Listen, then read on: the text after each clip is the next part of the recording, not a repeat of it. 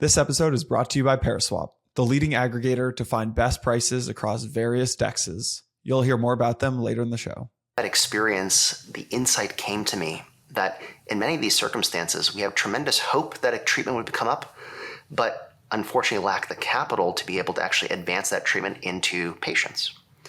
And so the insight was that the problem, especially in diseases like rare diseases and other overlooked diseases, the problem is not finding a potential cure, it's funding it. Welcome back, everyone. We have a very special guest today, Alok Tayi. He is the co-founder of Vibe Bio, which I have the pleasure of being an investor in. So there will be some bias, but I want to make this episode, also dig deep into what we call applying a lot of the incentives in crypto that we've seen historically with Bitcoin and Ethereum and applying those to healthcare. And one of the areas that I feel really passionately about, which is, as a side, I love crypto, but I also love healthcare and biotech. And there's a lot of problems there that I think can be addressed with better incentive models and mechanisms that we've explored in crypto. So this would be a fascinating deep dive. I hope that Alok not only will give you an overview of what they're doing in Vibe Bio, which combines a lot of really interesting features of Web3 and crypto, but also just really dig deep into what are the problems in research and development, drug development, and discovery. And hopefully, I think we will get a better understanding of what the potential really is to fix healthcare. And I think it's one of the more promising areas. And if this truly works, I think there's a lot of criticisms out there in the space. A lot of this is just Ponzonomics and yield farming and where we're really going and if Bitcoin's really going to work. But I think, this is one of the areas where if it works, then it could really transform healthcare. It feels real to a lot of us. We all have family members or know of people that have, unfortunately, struggled from rare diseases, which is one of the topics we're going to talk about here. And you're going to learn why that area in particular has been largely neglected by Big Pharma. And so without further ado, Alok, welcome to the pod. We're thrilled to have you. Welcome. Yeah, thanks so much. Really a pleasure to be here. And I'm grateful for your time and the opportunity to be able to share a little bit about Vibe, as well as what we're doing at the intersection of crypto and the biotech industry. Awesome. And so congrats on officially launching Vibe Bio's round yesterday. It was a $12 million round with some really good investors. So first off, maybe tell us a little bit about that and then the idea behind starting this, perhaps layering in your background into that. Yeah, 100%. Appreciate the kind words. And so, we were really excited. Vibe announced its first round of financing earlier this week. We're thrilled to be able to raise $12 million led by Initialized Capital. Have a whole host of amazing investors, including yourself, Naval, Abalaji, Diego Ray, Lear Hippo, amongst a suite of other great investors. The big part about that announcement was, in addition to being able to raise that capital, we also announced two partnerships, one with a patient advocacy group called Chelsea's Hope, the other called NF2 Biosolutions, to launch our first two drug programs in diseases, specifically Lafora disease and NF2. So we're really excited to be able to sort of come out of the gate and sort of tell our story and also share some of the great work we're doing with real folks to help bring crypto into the biotech industry. And so happy to give you a little bit of insight into my background and sort of what the genesis of Vibe was, if that helps. Yeah, absolutely. Let's lay the kind of a context for folks. What is your background, and what exactly is Vibe Bio? For sure. So I'm actually a scientist by trade and training. I spent about 15 years at the bench doing research, and then caught the software bug and started a couple of software companies focused on the life sciences industry. And then mid last year, my wife and I were fortunate enough to have our first kid. Though the pregnancy went okay, unfortunately, our daughter was born very sick and spent a long time in the hospital suffering. One of the hardest parts about that experience was the fact that though the diseases that she had were somewhat common and the biology were well understood, there were actually no dedicated therapeutic options available to her. And as a consequence, she spent a long time in the hospital. As a family, we felt extremely frustrated, abandoned, and alone during that period. But inevitably, when you spend time in the NICU, you actually start meeting a lot of other families who also have sick loved ones along your bedside. And we started to realize more and more that a lot of the common challenges and struggles we had around having a child who had an illness that we understood, but had no therapeutic options, actually ended up becoming a common thread that tied us all together as a group. And so it was from that experience, the insight came to me that in many of these circumstances, we have tremendous hope that a treatment would come up, but unfortunately lack the capital to be able to actually advance that treatment into patients.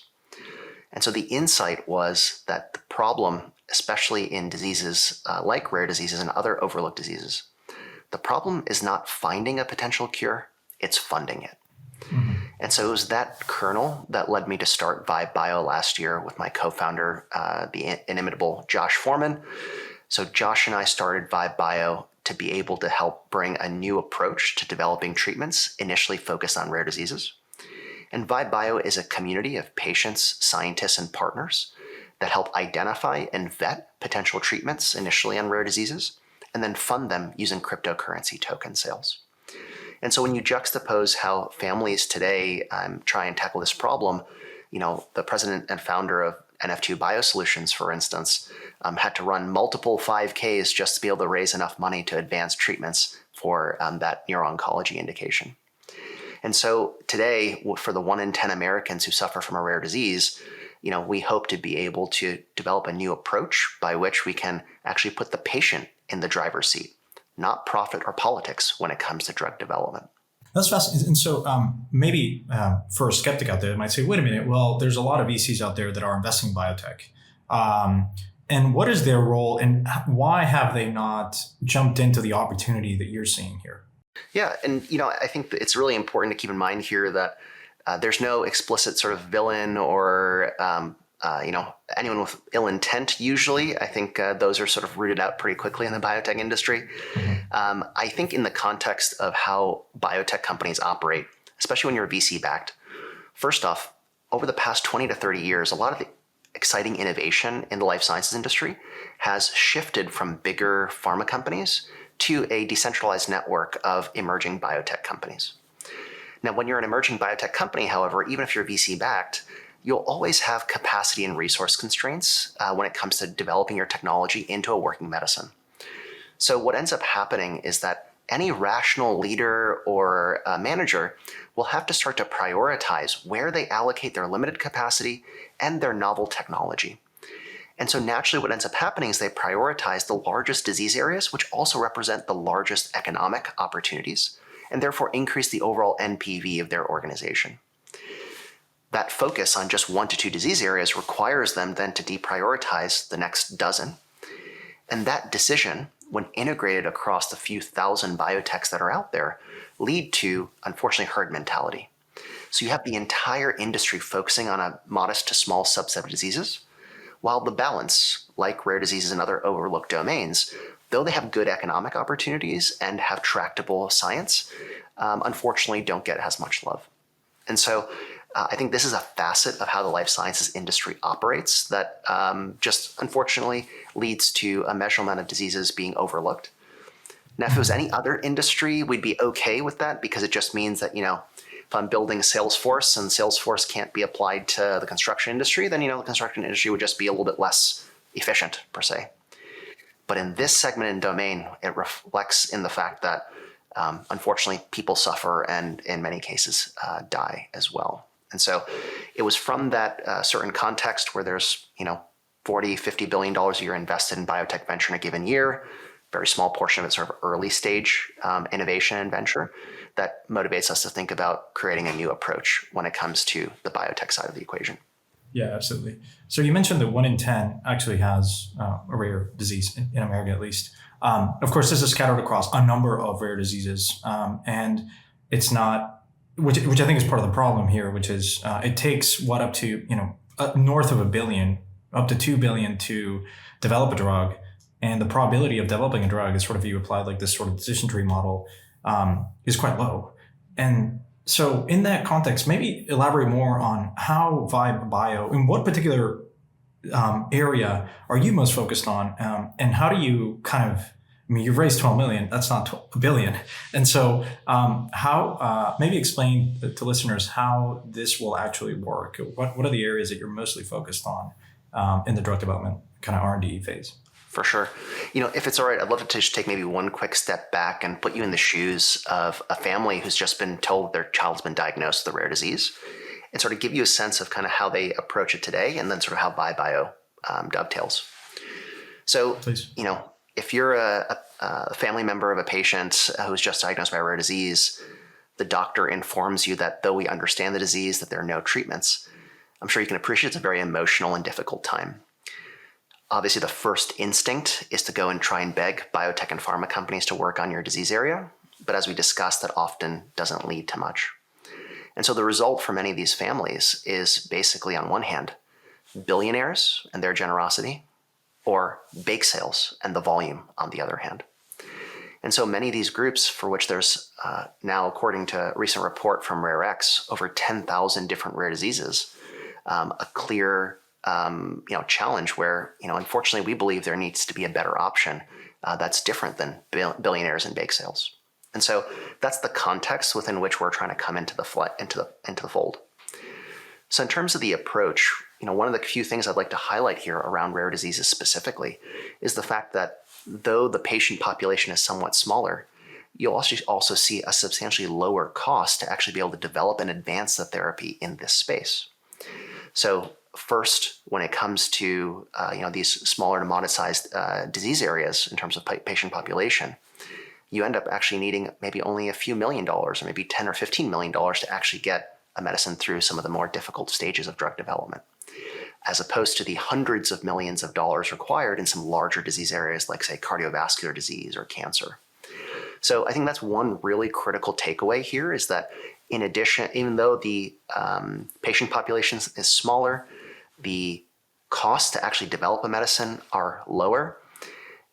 Further, when you actually look at the costs on the health system, there's a tremendous amount applied because of these rare diseases, because they also have no existing treatment today.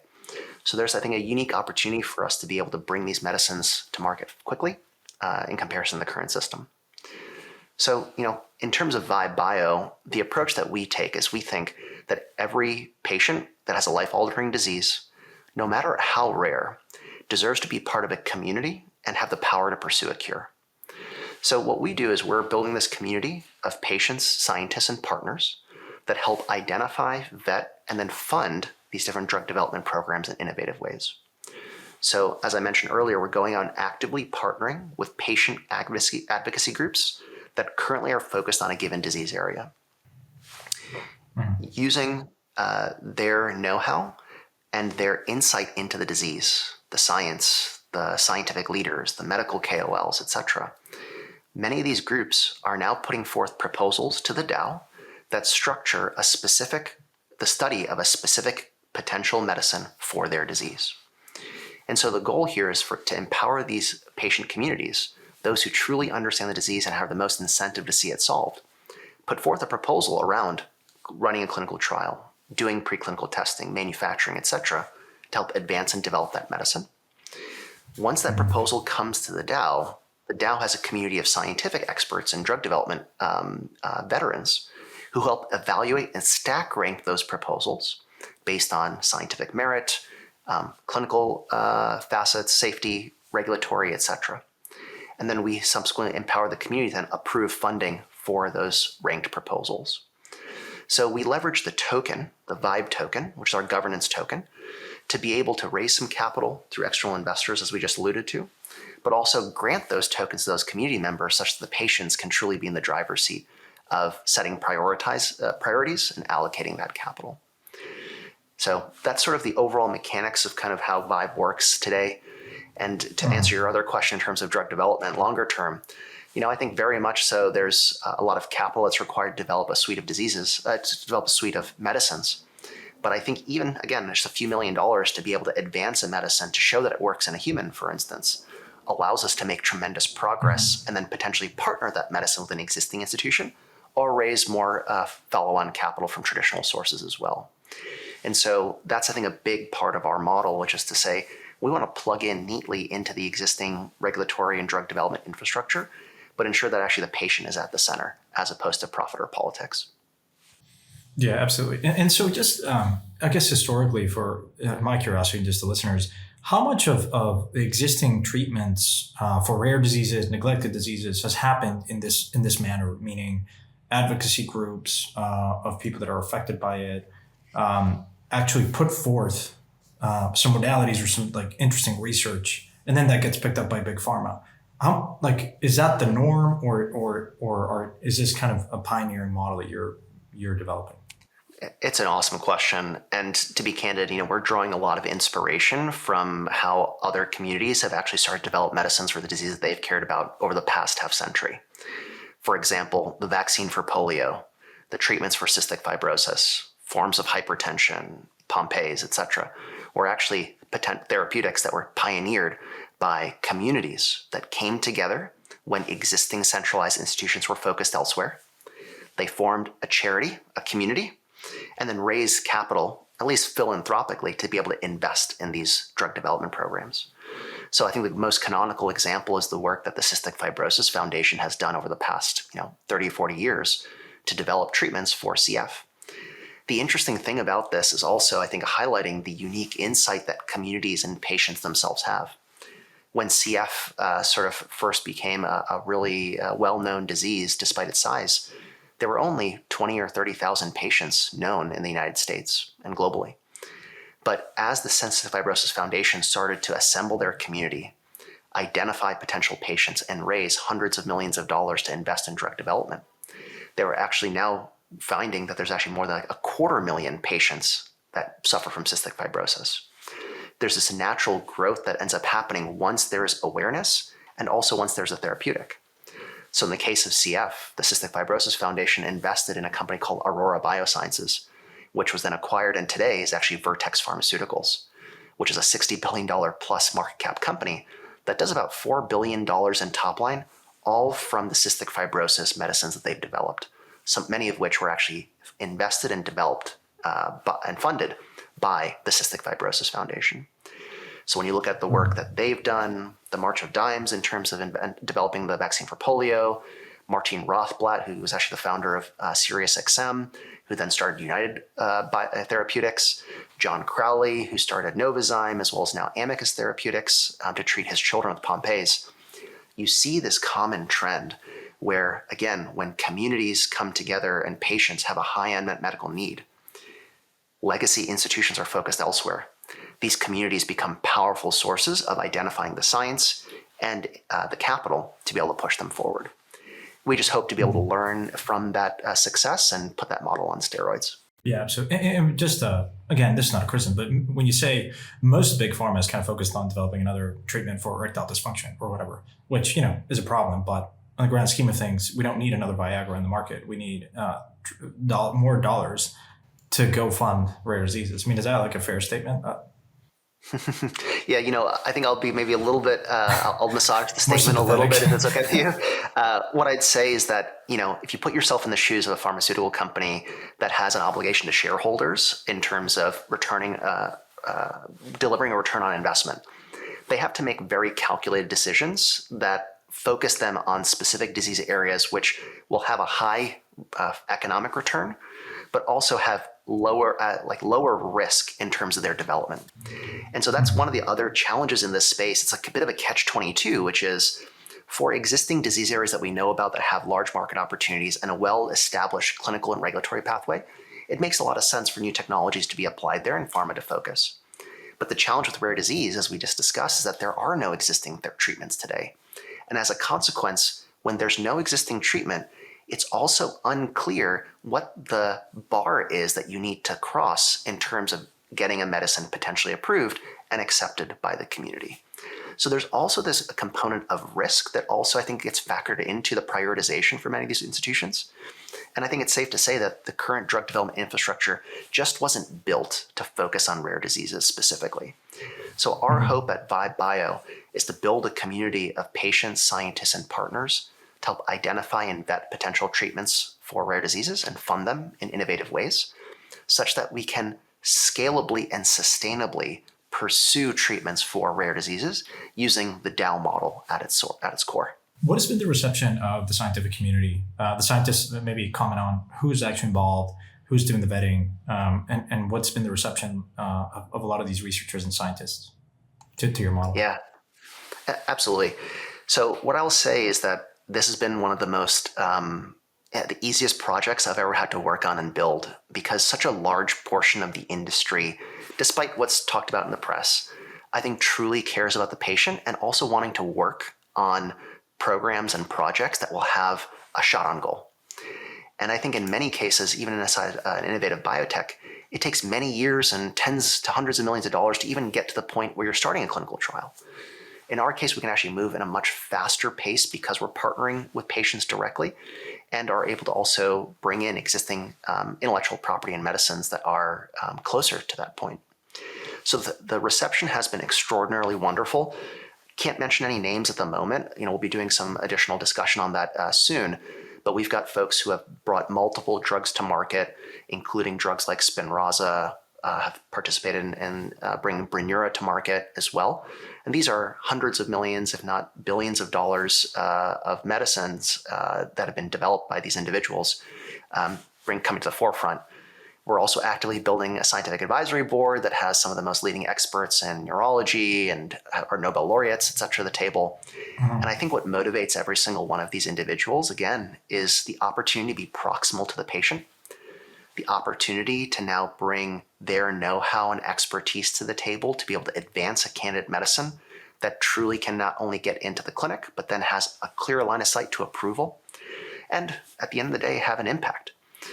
I think the other piece of this is there's also a lot of intrigue and curiosity around how this broader business model and this domain of Web3 and community ownership could disrupt and transform.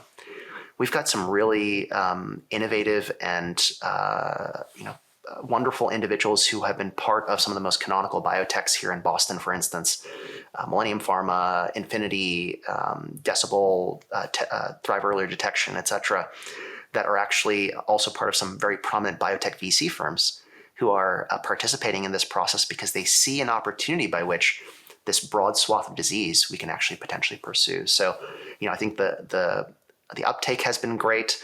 The participation has been huge. And I think it's only going to get amplified from here, especially as we announce some of our subsequent partnerships with pharma and academia in the coming months. I'm trying to understand why historically no one has kind of thought about this or done it in the way that you're doing it. Is it just something inherently unique about the DAO model, the coordination the crypto allows in a very scalable kind of internet native way? Perhaps let's dig deep into that. Yeah. So let me give you maybe just a couple quick thoughts. Love to hear, if that sort of resonates with you. I think the first part about it is that biotech companies and VC firms often have what they call patient advocacy groups, which are sort of the liaisons between the organization, the biotech, and a patient advocacy group. However, I think the key gap ends up being is that the patient advocacy groups and the patients themselves don't necessarily have economics or governance, right, in terms of deciding priorities. That's usually done by the biotechs and the management team. So it ends up becoming a circumstance where they, when tough decisions have to be made, programs are then cut and drug programs are put on the shelf, which unfortunately is to the negative implications for the patients. And I think a part of it also is giving up economics then decreases the economics for other folks at the table, especially those who are taking the financial risk. So I think there's some aspect there around the capital, the financial incentives, as well as how decisions are made that I think make our model and approach different, but also difficult for existing institutions to sort of adopt. So the approach that we've been taking has been to bring the community together in a DAO, as you alluded, leverage the token as a way to incent and provide governance and a say, an agency for these patients.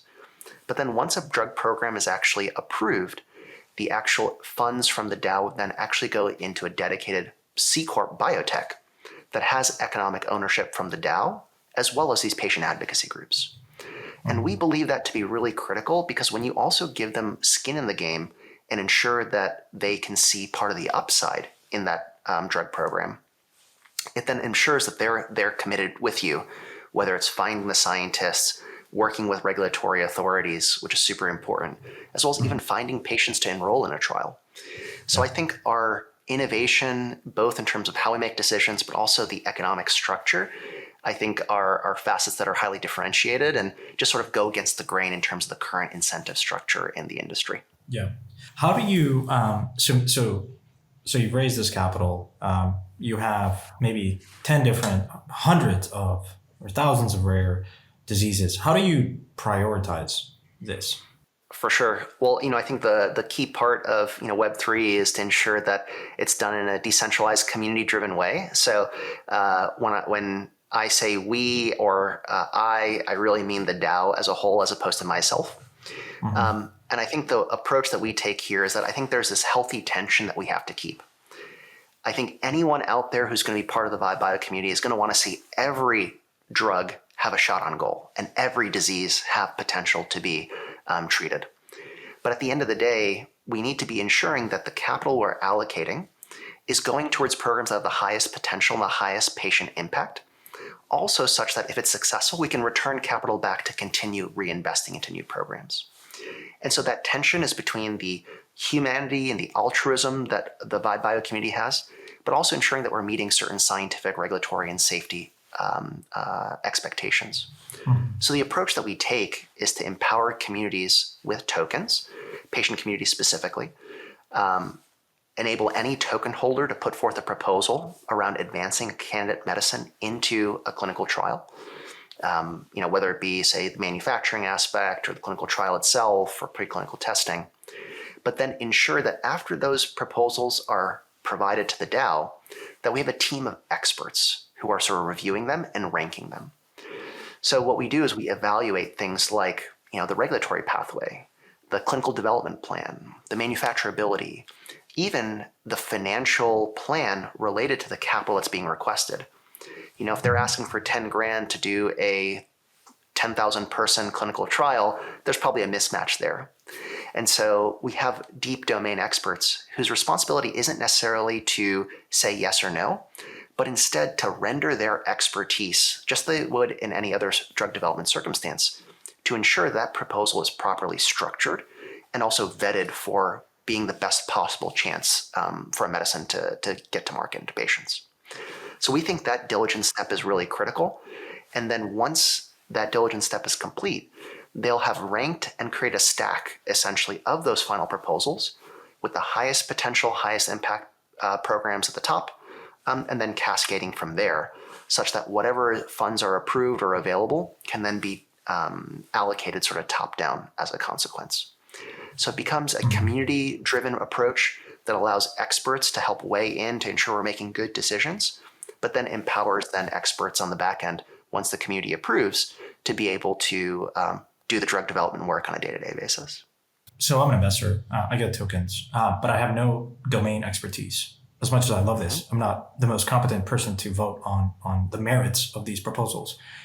How do you plan on creating a sufficiently decentralized community whereby do I delegate my vote to a particular expert in neurology or some other field?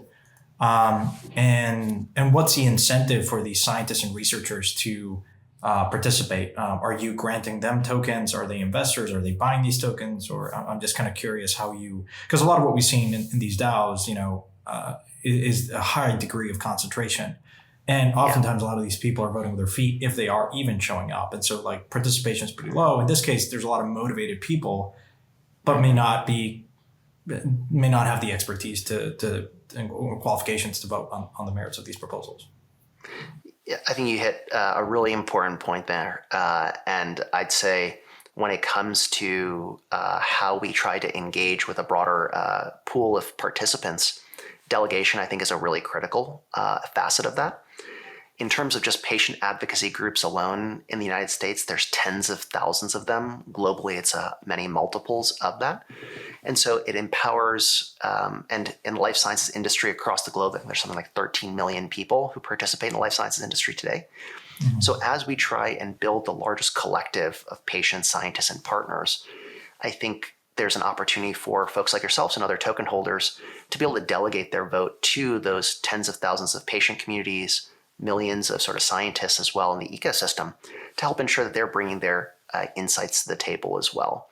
But regardless, even from a delegation perspective, because we've structured it such that, token holders can propose, but we have experts vet, we're still fairly confident that we'll be hopefully making good decisions on the back end.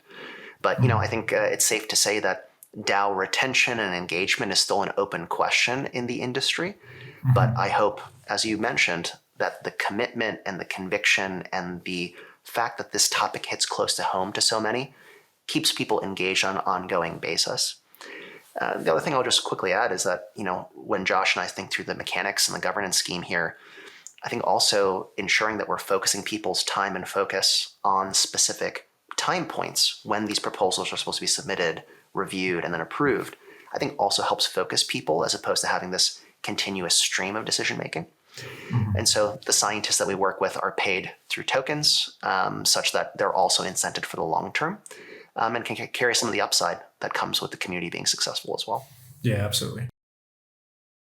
All right, everyone, really excited to share a special update from our friends at Paraswap. Paraswap has been pushing the boundaries of what is possible with DeFi for years, and they just did it again. They just rolled out the first ever NFT peer-to-peer mobile trading app on iOS. That's right, they launched an iOS app for peer-to-peer NFT trading. You can buy and sell NFTs with any token. They have a secure non-custodial wallet. You've got a fiat on-ramp with zero fees at all. That's all at paraswap.io/beta. Paraswap.io/beta. It's a peer-to-peer NFT trading app on Apple. Pretty crazy thing in the iOS ecosystem. Imagine not using a platform that could literally save you thousands on gas. That's Paraswap. Go check out the app. Go check out the native wallet to store all of your crypto assets in one place. Go get your gas refunded. Go check them out. Go download the new Paraswap NFT trading app, paraswap.io/beta, paraswap.io/beta. Now, let's get back to the show. It sounds like it's an easy sell to these communities, some of which are just being neglected and or reliant on, very generous individuals that, can work at times, but it's not a very sustainable model. I want to ask you, is this an adverse selection problem? Meaning the potential, like the more promising treatments or, that are showing traction, or diseases that are farther along and have more line of sight and being approved are probably getting picked up by very reputable VCs and or pharma companies, biotech companies. And then you're kind of left with this important but tail end of kind of more neglected, less clear diseases. Very important, don't get me wrong, but still the probabilities of that are much lower. I'm curious if you believe that to be true of this adverse selection problem that you're going to be facing. Yeah, it's a really important question. I think it was one of the common ones we faced when it came to our fundraise. And actually, I'd love to dispel that notion sort of fairly swiftly, because first, the rare disease space actually has a higher rate of approval than larger indication areas. And so I think it's something like almost like twice as many that sort of enter the clinic actually end up getting approved in comparison to sort of other domains. So that's like one important facet. Second, I'd also I guess on that point, before we go please. any further, is this because the FDA has sort of these emergency status kind of incentives to kind of approve these, or has more leniency towards approving more of these exploratory treatments? It's a really good question. I would actually argue it's that right now there is no treatment available today. And so your bar is different. Your bar is unfortunately people dying or having like real serious symptoms and poor quality of life. So I think when it's so egregious in terms of the current outcome with rare diseases, that any medicine that's able to incrementally improve quality of life, extend lifespan. Yeah, it's like ALS treatment, the ALS treatment out there by this Japanese pharma, like is not like doing much other than prolonging life by like 2 or 3 months, because the lungs is what fails first, right? And so I remember looking at this stuff, and it's like it's not that it's curing the disease, it's just that it's marginally improving the condition of a patient, and so it gets approved much faster, perhaps, than a cardiovascular kind of more treatment or cancer treatment, right? Is that accurate? I think that's like one way to think about it, which is again. Anything we can do to improve the quality of life as well as the lifespan of folks with rare diseases tends to get a good look, I think, from the FDA, because there are also no treatments today. And as a consequence, I think the patient communities are very vocal and engaged with the regulatory authorities to ensure that they're giving a fair shake, right, to those sort of candidate medicines. So that's one thing to think about. So the other piece that I'd also highlight here in tandem is that when it comes to the current drug development process, you actually alluded to at the beginning of the discussion, which is it takes $1 billion or $2 billion to bring a given medicine to market in the aggregate. So I'd actually push back on the concept of adverse selection in that I think our current infrastructure spends a fair amount of capital today for a lot of medicines that unfortunately don't pass muster. And so I think our approach of being very, very focused on a specific set of indications in a specific space, where first we can start to develop intuition and instinct across the DAO to evaluate and vet these programs. That's where we're bringing experts who've worked on drugs like Spinraza and Brineura to the table. But then second, over time, you can envision that the DAO can start to build up a shared service model that actually starts to decrease the costs and improve insights across the multiple programs that we step up. Best practice on which vendor should we be working with? What's the right way to manage all the data coming from a clinical trial? How do we think about patient recruitment? How do we think about staffing even, right? And motivating these teams. I think there's another piece of this which DAOs are also uniquely positioned to do, which is to bring best practices, bring the right talent to the table, help them coordinate, give them a little bit of capital, and then sort of see what they can do. So, I can appreciate sort of what the broader industry kind of thinks about this space, but I just push back on that sort of assumption because, I think the current process is definitely inefficient. Everyone knows it's got to improve. I think the rare disease space actually has shown statistically it has higher likelihood of approval compared to other disease areas. And then also we have an opportunity to learn collectively and grow and decrease the costs over time, improve the conversion over time as the DAO starts to build up a collective knowledge base. Yeah. I mean, certainly rings true, like open sourcing a lot of this stuff. There might be a lot of clinical trial data that has been shelved and is not available. So over time, over the next 5-10 years, you would envision that you're collecting a lot of this and open sourcing it to advance science, as opposed to which is not at odds with making a financial return. I mean, at some point, I think you've been very clear here, which is there is a profit motive here, like but everyone kind of wins more equitably. The patients, the DAO, investors, maybe service providers that are being paid in tokens, not necessarily in cash or what have you.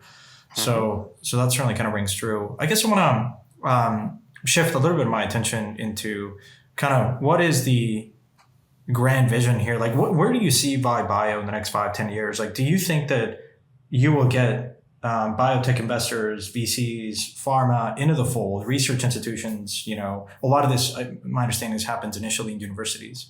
And so what are your plans on building this community? Because right now it seems like there's a few experts, it's us investors, but also, patients and patient populations. But I'm curious, like, what are your plans over the next 12, 24 months? And where do you see kind of Vibe Bio evolving? Yeah. Well, I think our goal in the near term is to open up our community and welcome as many patients, scientists, and partners to the table. I think our goal also, and during that period of time, is also to launch our token, such that we can have on-chain governance and participation from a broader group of people. But I think in terms of building out the community, we'd love to work with every patient advocacy group and every biotech company out there that has a disease area that they're passionate about, a high potential drug program that sort of has tremendous promise, but just lacks the capital and the capacity to be able to advance into these later stages of development to give patients hope and show the promise. I think that's really the core of where we're focused. And I think you're going to see over the next couple months some of the traction we're getting with pharma companies, academic institutions, to help take that technology, which would have unfortunately sat on a shelf somewhere, now actually give it a shot on goal and get it into people. So I think that's going to be the two key milestones for us. But then longer term, I really hope over the next, let's call it 2, 5, 10 years, to be able to then start to think about a broader vision for how Vibe evolves. I'll give you one Web3 sort of vector and then sort of one biotech vector, which is in the case of Web3, one of the amazing things and powerful facets of DAOs and crypto is that everything we do from a governance perspective or from a token standpoint is all instantiated in code. So even though we're focused on rare diseases today for a variety of reasons, both my personal experience and exposure, but then also in terms of the capital required to move the needle, you can envision taking that same governance structure, approach, and model, and then replicating it for other high priority disease areas that are overlooked. You mentioned ALS, infectious disease, mental health, addiction, women's health, et cetera, et cetera, et cetera. It becomes a unique opportunity by which we can now start to replicate this broader model, bring the right partners and patients to the table, and advance and scale out the pursuit of drug development, especially in this critical phase when we're going from in vitro proof of concept to human proof of concept. So that's one vector. The other vector I'd also say is that if we're actually able to build a large collection of patients, scientists, and partners, and again, leveraging Web3, it can be a global entity that can scale effectively infinitely in terms of participation. There's a world where we could become the largest biopharma organization with a very large quantity of resources available to us. So imagine not only building out hundreds of drug programs, but even some of the core infrastructure that you alluded to earlier. Our own analytics and insights from clinical data and preclinical data sets. The ability to actually even build out our own manufacturing facilities or regulatory writing infrastructure, et cetera. I think there becomes a really unique opportunity whereby this broader community can now start to allocate capital to alleviate some of the bottlenecks that exist in drug development today. Running preclinical testing, doing manufacturing, supply chain, reshoring that, decentralizing it, however you want to think about it. There's, I think, a really unique opportunity by which the supply chain can be modernized and community owned, but then also a lot of the business processes like paying out royalties or having an NDA can potentially be instantiated into smart contracts. So I know I've thrown a lot of sort of pieces out there, but I think it really comes at first looking at from the Web3 perspective, how we leverage this common code base to then replicate it for sort of new disease areas and take advantage of hopefully the good governance that we've put in place here at Vibe. But then second, also start to think about this broader concept of community ownership, not just around the intellectual property, but also around the supply chain and infrastructure, but then also even business process, and think about how the technology and communities can have a positive impact there as well. So that's kind of the next 5-6 years of hopefully what you and everyone else on the cap table has signed up for. But yeah, hopefully that answers your question. No, absolutely. And like, I guess the inverse of that question is like, how and in what version of this world this doesn't work? Like, what are the things that you see as the biggest risks? You've raised a small amount, all things considered, when it comes to biotech. I mean, it's a drop in the bucket. It's sort of a initial capital to prove out, as you say, a proof of concept here. But what are the biggest risks that you worry about here? Yeah. Well, I think the one thing I'd highlight here is that if you look at, say, the XBI, which is an ETF that represents a collection of biotech names, from its peak in 2021 to its trough in 2022 has been down 60%, right? That broader... Sounds a lot like crypto volatility. Yeah. So it's so funny, right? Like, as we have some of these interviews with the press, they often, sort of highlight, hey, crypto, there's some interesting things going on.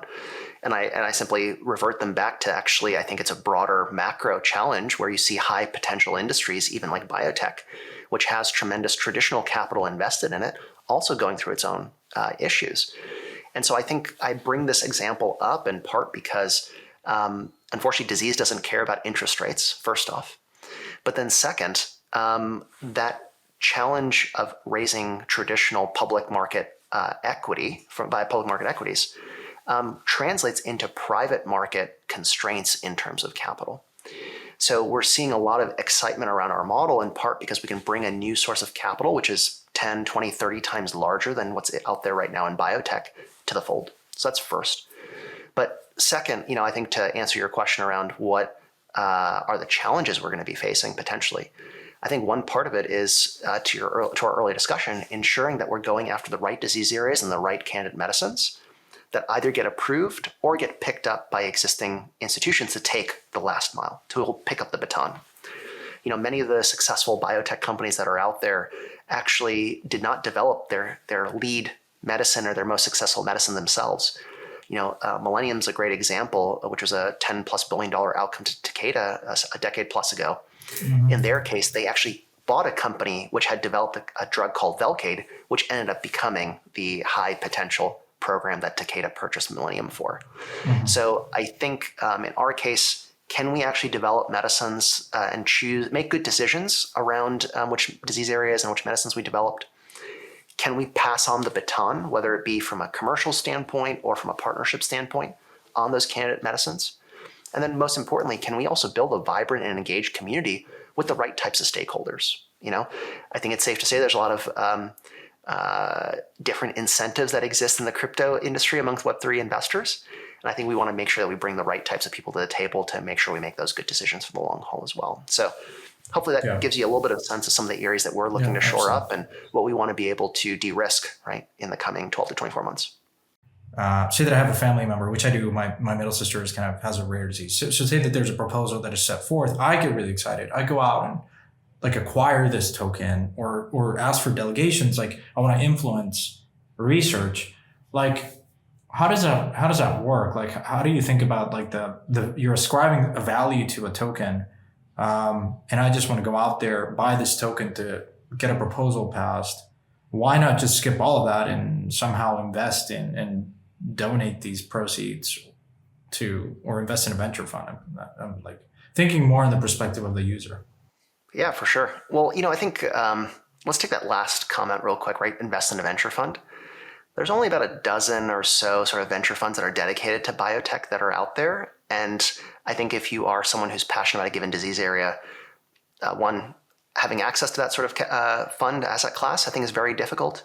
But then second, also having a stay. You typically have to be qualified, and you need to invest, at least $1 million or whatever. So that and many more, right? And I think the challenge with a centralized sort of set of investors is that their focus and what they sort of see as in vogue, right, is very different than perhaps what you do as a patient with a family member who's ill.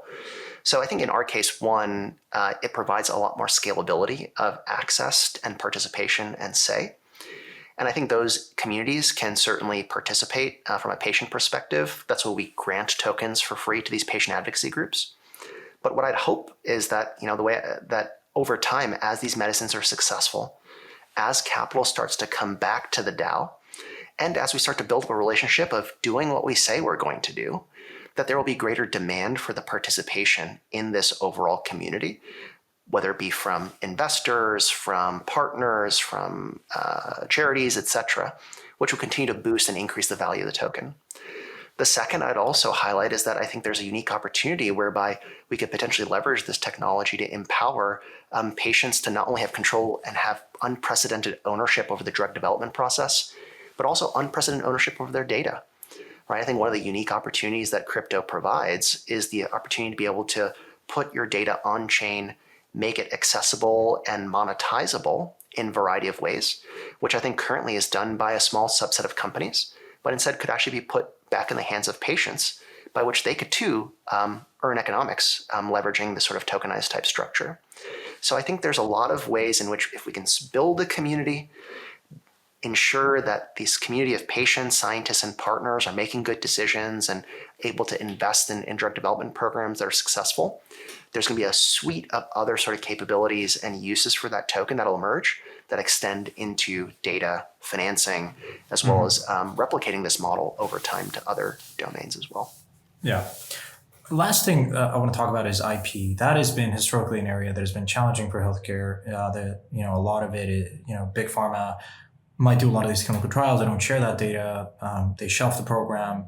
And a lot of the acquisitions in the space historically have been hey, like Roivant, for instance, is go out there and says, oh, actually, I think that I want to revisit this particular clinical trial that acquires that IP. And then turns out that there's a lot of promise there and it leads to drug development, which is, a pretty interesting success story.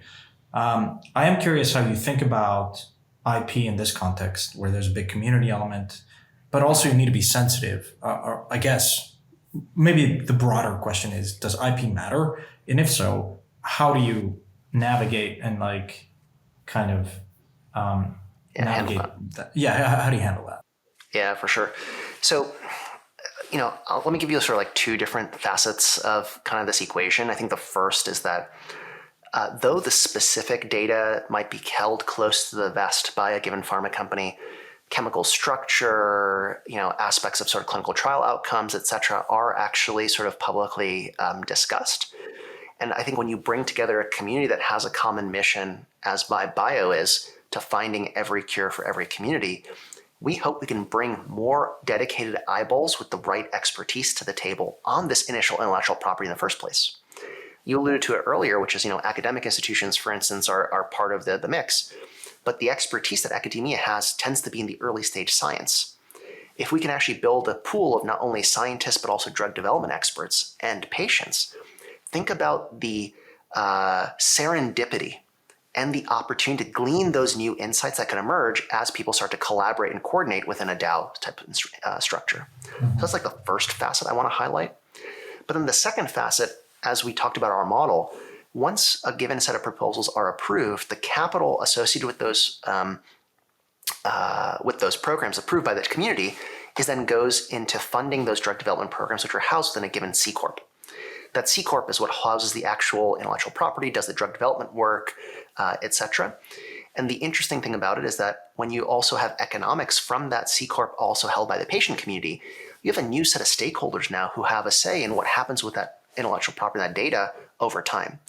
They become way more aggressive about saying, if this medicine works, let's go find other disease areas that we can potentially impact positively, even if the economics aren't great, because as a community, we believe that we want to allocate our funds and work to helping others. That's one. The other is, in the event that the drug might not work, unfortunately, there's an opportunity to start, as you mentioned, open sourcing that data and sharing those learnings, because again, the broader incentive here is to be able to bring as many medicines to market as safely and as quickly as possible, as opposed to sort of keeping things close to the best in this circumstance.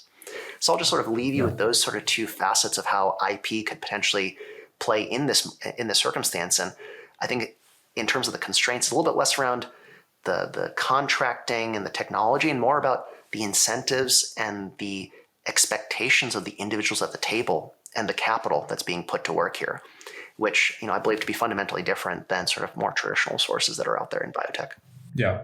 How many folks are on the team now, full time, as kind of contributors? And for anyone listening out there, I think we all know one or two degrees, unfortunately, of this is a topic that hits home to most people, and probably want to get involved. But what are the best ways? Where can people find out more about what you're doing? What are the major roles that you want to fill that you haven't filled yet?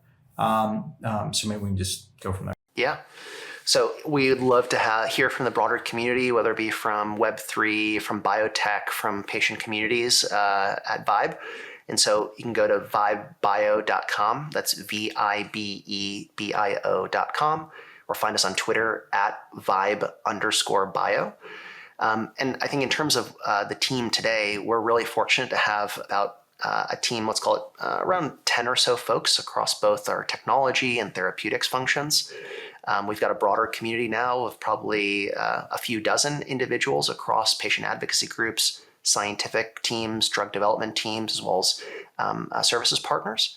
And so we're now working to open up that community. So anyone who's excited about what we're trying to do in this intersection of biotech, healthcare, and Web3 would love for you to come and join the community and share a little bit about yourself with us.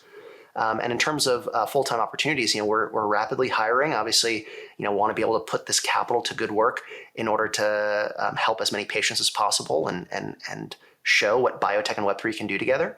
So whether you're a front-end engineer or a back-end Web3 engineer, whether you're a designer, community manager, social media marketer, we're looking for a broad swath of roles, especially from a Web3 and technology perspective, because that's our core and ethos and philosophy. But also we will be growing on the scientific side as well. So, folks who have actually been program leads at various medicines, we'll be hiring for, CSOs and chief medical officers and heads of regulatory and things. We're fortunate to have a few great folks in our sphere already in that space, but I really think this is a unique opportunity by which, whether you're a Rust developer or experience in Solidity versus someone who's worked on antisense oligonucleotides, an opportunity for folks of all stripes to be able to come to the table and be able to see how this novel technology in crypto and blockchain can be applied to this really important, societally beneficial domain of biotech and healthcare. Yeah, that's incredible. Yeah, I've been public about this, but this is one of the areas that I feel like if it works, it's highly asymmetric and it can have such a profound impact, positive impact. And I think in many ways, like you're left wondering, like, for the last 12 years, we've designed very interesting incentives to build monetary systems and non-sovereign stores of value, i.e. Bitcoin, to settle value in transactions and like trustless systems, which is pretty remarkable. And a lot of the experimentation, my background's in game theory, is it's a very adversarial system. And so you have to think about incentives and all the stakeholders. And look, I mean, we haven't nailed it in many ways, but there's a lot of experimentation going on around types of voting, like quadratic voting, and types of funding models that are more sustainable, and types of coordination mechanisms, both capital and information. And I think in many ways, it's like, well, why? Like, well, healthcare struggles from a lot of incentive problems. It's not just on the R&D side; it's really the healthcare system as a whole is pretty broken, at least in the U.S. And so, the idea that the U.S. is one of the richest, if not the richest country in the world per capita, and has the best institutions, the best research, but somehow life expectancy is going down, and so the health, the costs are pretty high, and people don't have access to cheap healthcare, and so it's kind of perplexing to me. That's an area that is I think if this works, it probably set a path forward to exploring other areas in the healthcare system, not just R&D, to apply these incentives and kind of fix the system in many ways. I don't know if you would agree with that, but I think that the vision or the opportunity to apply a lot of these crypto modalities, incentives, and mechanisms is there to kind of the potential is there. It's going to be long term, and highly ambitious, but I think it's possible. I think you're 100% right. Crypto, I think, has opened up two interesting areas of innovation. One is obviously on the technology side. But I think the other that might be less discussed, but you alluded to, is the opportunity to re-engineer not just software and databases and whatnot, but also incentives. And I think when you think about that fundamental aspect of re-engineering incentives, it opens up, I think, a lot of opportunities to then start taking this technology and philosophy and mindset into legacy institutions that aren't necessarily serving a large portion of their intended market.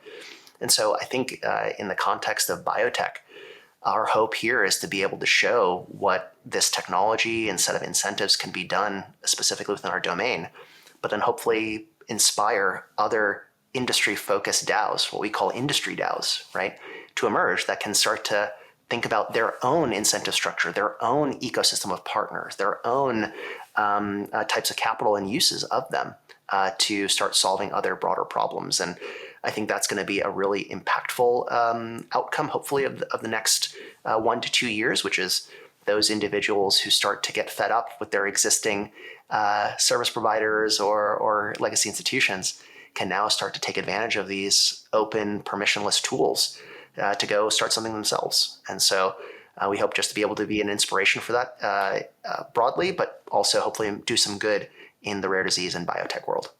That's amazing. I'm super happy that we got a chance to chat. I don't know if there's anything else as we kind of come to an end here that you want to impress upon our listeners, any parting thoughts. But otherwise, I mean, I really kind of enjoyed this discussion. You know how I feel about what you're doing. I think, it's one of the projects that I'm most passionate about for obvious reasons. But I'm curious, anything else you want to cover while we have you here? Just a note of thanks to you for both being a great vocal advocate for us as well as the broader community for the time here today. I think I'll just leave you with the thought that, I think for the first time, Vibe Bio is creating a community of patients, scientists, and partners to help identify and vet potential medicines in the rare disease space and fund them using cryptocurrency token sales. We're really excited now to be able to put patients in the driver's seat of drug development, not profits and politics, such that any patient with a life-altering disease can have a community as well as the power to pursue a cure. Incredible. Well, look, thank you so much for your time. I know you're incredibly busy, especially now that you're public, and I can't imagine the inbounds that you're getting. But listeners, if this hits close to home, where to find Alok, definitely reach out. There's a lot of opportunity there, and or to us, and we can direct you in the right way. But otherwise, thanks everyone for listening. Alok, thank you so much for your time. Really appreciate it. Thank you. Talk soon.